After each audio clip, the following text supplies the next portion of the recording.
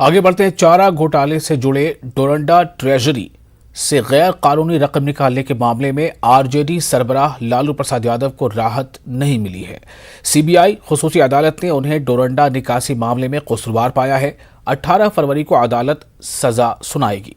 इस केस में लालू प्रसाद के साथ साथ 99 मुलजमीन हैं। इस मामले में 29 जनवरी को बहस मुकम्मल हो गई थी।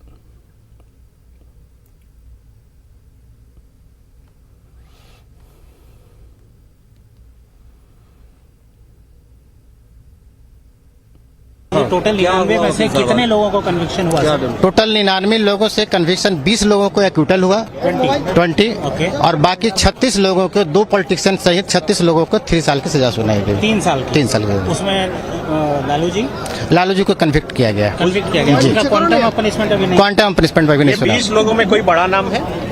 20 लोगों में पॉलिटिशियन में ध्रुव भगत और जगदीश शर्मा का। जगदीश शर्मा जी 20 लोगों में सर जो एक्यूट हुए हैं उनमें? नहीं, 3 साल वाले में। अच्छा, 3 साल। 3 साल वाले। अच्छा।